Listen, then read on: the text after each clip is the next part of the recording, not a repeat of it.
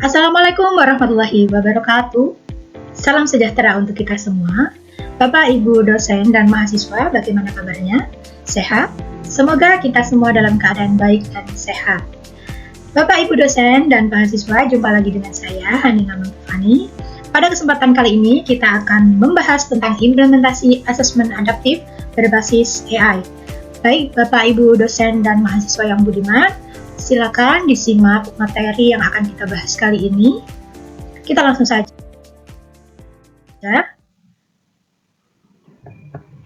Nah, di sini tujuan dari presentasi kali ini yang pertama adalah memahami konsep dasar asesmen dan AI, potensi dan peluang AI dalam evaluasi dan penilaian, karakteristik inovasi asesmen berbasis AI, implementasi inovasi asesmen adaptif berbasis AI, dan yang terakhir adalah strategi implementasi inovasi asesmen berbasis AI. Baik, selanjutnya kita langsung saja membahas tentang memahami konsep dasar asesmen dan AI. Asesmen adaptif adalah metode penilaian yang menggunakan teknologi untuk menyesuaikan tingkat kesulitan soal secara dinamis berdasarkan jawaban peserta. Sedangkan pengertian dari AI adalah kemampuan mesin untuk meniru kecerdasan manusia baik berdasarkan pola pikir, belajar, memecahkan masalah, dan membuat keputusan. Jadi, jika digabungkan, asesmen adaptif berbasis AI merupakan salah satu inovasi pendidikan yang dirancang dan disusun untuk menyesuaikan tingkat kesulitan soal berdasarkan kemampuan individu secara real-time. Mekanisme ini menghasilkan asesmen yang lebih akurat, personal, dan tentunya lebih efektif dari asesmen tradisional. Baik, kita lanjut. Potensi dan peluang AI dalam asesmen. Yang pertama, AI dalam dunia pendidikan. Yang pertama, meningkatkan keterlibatan siswa. Dengan adanya AI, asesmen yang diberikan kepada siswa menjadikan siswa lebih aktif dalam pembelajaran dan asesmen. Akses pendidikan yang lebih luas. Jelas, AI memungkinkan pembelajaran di mana saja dan kapan saja. Pengembangan metode inovatif. AI mendorong pengembangan metode soal yang lebih kreatif dan interaktif. Potensi AI dalam asesmen. Yang pertama, personalisasi asesmen. Dengan adanya AI, kita dapat menyesuaikan level soal berdasarkan kemampuan individu mahasiswa secara real-time. Yang kedua, analisis performa secara otomatis. Jadi, baik dosen maupun mahasiswa dapat mendapatkan umpan balik dari hasil asesmen yang dilakukan berbasis AI ini. Analisis data mendalam. AI memproses data dengan cepat, akurat, dan mendeteksi kecurangan akademik. Jadi AI sangat dapat dimanfaatkan ya. Untuk selanjutnya kita membahas tentang karakteristik inovasi asesmen adaptif berbasis AI. Jadi di sini asesmen adaptif berbasis AI dapat dikatakan sebagai sebuah inovasi karena melalui perubahan sistem secara bertahap dan menghadirkan pendekatan baru dalam proses evaluasi pembelajaran. Yang pertama ada relative advantage atau keunggulan relatif, di mana kita menilai pada tahap ini seberapa unggul, seberapa signifikan keunggulannya dibandingkan dengan asesmen tradisional. Yang kedua ada kesesuaian. Pada tahap ini kita menilai nih seberapa cocok inovasi ini terhadap universitas kita, baik dari kurikulum, kebijakan, dan proses pembelajarannya. Yang ketiga ada kerumitan. Jadi di sini seberapa sulit inovasi dapat dipahami, diimplementasikan, dan adaptasinya terhadap pengguna, baik dari dosen maupun dari mahasiswa. Yang keempat ada kemampuan uji coba, di mana kita melihat sejauh mana inovasi ini dapat diuji cobakan, baik dari skala kecil maupun dari skala besar. Tentunya jika kita ingin mengimplementasikan pada awal, kita akan melakukan uji coba secara kecil untuk mengurangi resiko yang lebih besar. Ya. Setelah itu terakhir ada pengamatan hasil. Jadi di sini kita dapat mengetahui nih seberapa jauh hasil inovasi yang dilakukan ini dapat dilihat orang lain dan bermanfaat efisien bagi universitas. Ya.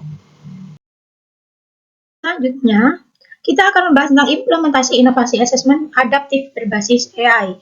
Yang pertama ada tahap knowledge, di mana di sini kita memperkenalkan nih apa sih asesmen adaptif berbasis AI itu kepada pengguna, baik melalui webinar, seminar, workshop, ataupun dalam demonstrasi langsung dengan menyediakan konten-konten dan materi baik dalam video ataupun dalam tulisan ya. Selanjutnya ada tahap persuasion, di mana kita di sini membentuk sikap untuk meyakinkan penggunaan asesmen ini. dengan mengadakan lokakarya, menyediakan pendampingan dan bimbingan, serta sharing session. Nah, di sini kita bisa mengetahui apa kelemahan, kelebihan, keraguan dari pengguna gitu. Tahap ketiga ada tahap decision atau keputusan, di mana di sini kita menyediakan kelas uji coba sebelum pengguna memutuskan untuk memakai. Jadi diuji cobakan dulu dan diberikan dukungan teknis dan bimbingan intensif. Nah, memang bimbingan ini diperlukan untuk mengimplementasikan secara berkelanjutan ya. Selanjutnya ada tahap pelaksanaan atau implementasi. Di sini kita dapat memberikan pelatihan secara lanjut kepada pengguna agar lebih paham, lebih mudah dalam mengimplementasikan gitu. Yang terakhir ada tahap konfirmasi. Di sini kita melakukan evaluasi rutin agar kita dapat mengoptimalkan implementasi asesmen adaptif berbasis AI ini secara optimal. Bapak, Ibu dosen dan mahasiswa, kita lanjutkan. Nah, di sini kita ada alur sistem asesmen berbasis AI. Alurnya dimulai dari asesmen, jadi dosen mengupload atau membuat rancangan soal. Setelah itu mahasiswa memulai asesmen. Nah, di sini AI memberikan soal awal dengan tingkat kesulitan yang sedang.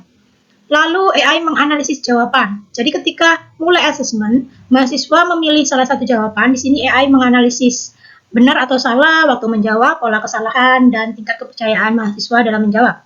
Jika jawaban benar, maka soal akan ditingkatkan kesulitannya.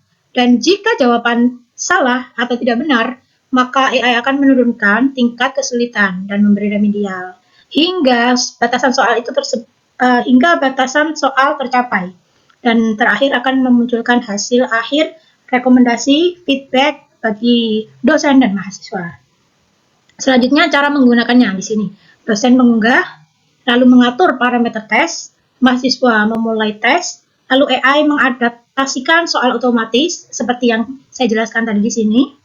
Tes selesai ketika kemampuan mahasiswa telah stabil. Nah, jadi tes itu selesai ketika batasan soal sudah tercapai. Dan yang terakhir, muncul yang namanya laporan otomatis, hasil akhir asesmennya, dan feedbacknya. Nah, di sini ada manfaat praktis dari implementasi. Bagi dosen, dapat memantau kemampuan mahasiswa secara cepat dan akurat, intervensi pembelajaran menjadi lebih tepat sasaran, efisiensi waktu dalam mengevaluasi kelas besar, dan rancangan pembelajaran lebih mendalam. Bagi mahasiswa, mendapat asesmen yang sesuai dengan tingkat kemampuan individu. Laporan progres yang rinci dan personal, membantu nanti dalam proses pembelajaran, rekomendasi pilihan materi belajar otomatis, belajar mandiri menjadi lebih mudah, efektif, dan efisien. Baik, di sini ada contoh pemanfaatan hasil asesmen. Di sini saya tampilkan sudah ada contoh data hasil asesmen ya. Nah, untuk dosen, ini bisa memanfaatkan hasil asesmen ini. Seperti untuk remedial personal untuk mahasiswa yang lemah.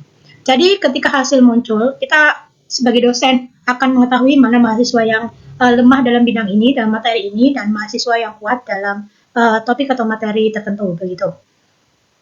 Ketika mahasiswa ditunjukkan sebagai mahasiswa lemah dalam materi tersebut, maka dosen dapat mengambil tindakan seperti memberikan microlearning video pendek, diskusi mini, dan latihan soal personal. Ketika mahasiswa terlihat kuat, maka mahasiswa akan diarahkan ke latihan soal atau studi kasus dan proyek mini. Selanjutnya, dosen bisa mengambil keputusan instruksional, ya, mengalokasikan kelas lebih banyak untuk materi dengan pemahaman yang rendah, memberikan feedback yang tepat sasaran, dan yang terakhir memantau perkembangan mahasiswa, baik mahasiswa yang meningkat, stagnan, maupun menurun. Nah, contoh pemanfaatan hasil asesmen untuk mahasiswa. Di sini setelah melakukan asesmen, mahasiswa mendapatkan hasil atau laporan pengerjaannya, dapat mengevaluasi kemajuan belajar, memperbaiki strategi belajar, meningkatkan motivasi agar dapat lebih berkeinginan untuk memperbaiki sistem belajarnya mungkin. Belajar lebih efisien. Nah, lebih efisien di sini karena sudah jelas kita mengetahui mana kemampuan yang kurang dan mana yang kita bisa, begitu. Jadi di slide ini kita diberikan contoh platform AI, ada Edwidge AI, ChatGPT, Canva, dan DeepSeek. Nah, saya sudah membuat tutorialnya. Kita akan membuat contoh menggunakan platform AI DeepSeek ya. Saya klik videonya di sini. Nah, kita simak bersama-sama dan bisa dilihat. Pertama kita buka Google. Nah, di sini kita cari DeepSeek AI. Kita pilih yang paling atas. Saat itu kita pilih Start Now. Nah, di sini kita kalau belum memiliki bisa daftar. Jika sudah, kita langsung saja login. Setelah login, kita pilih di situ obrolan baru. Nah, kita masukkan prompt yang kita buat untuk membuat soal. Di sini untuk prompt bisa disesuaikan dengan kebutuhan dan tingkat kesulitan yang dimiliki mahasiswa. Jadi masing-masing dosen bisa menggunakan prompt yang berbeda-beda dengan tingkat kebutuhan tingkat kesulitan dan kebutuhan yang diperlukan gitu ya. Nah, setelah muncul coding di sini, langsung saja kita unduh. Setelah kita unduh, nah langsung saja kita buka.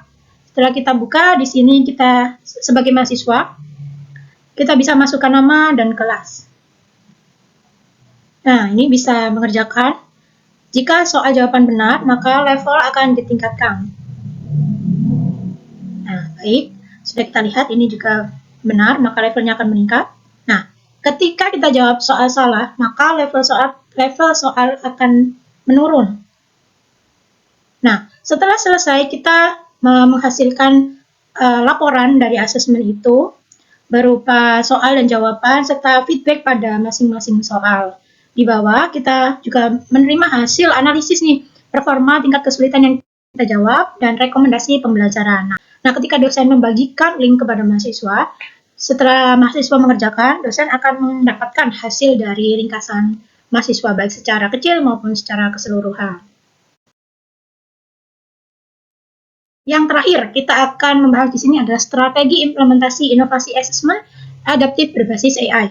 Nah, di sini strategi apa yang bisa kita lakukan agar implementasi inovasi tersebut dapat dengan mudah dilaksanakan ya. Yang pertama ada pengembangan kebijakan dan regulasi. Di sini fakultas ataupun dosen dan universitas bisa memastikan implementasi ini selaras dan sejalan dengan kebijakan dan kurikulum yang berlaku. Kesiapan infrastruktur digital, penyediaan akses dan platform terpusat. Ya, ini harus kita sediakan dulu sebelum kita implementasi. Begitu. Peningkatan kapasitas sumber daya manusia baik dosen dan mahasiswa. Nah, ini bisa dilakukan dengan pelatihan seperti yang saya jelaskan tadi, workshop ataupun dengan demonstrasi secara langsung begitu ya.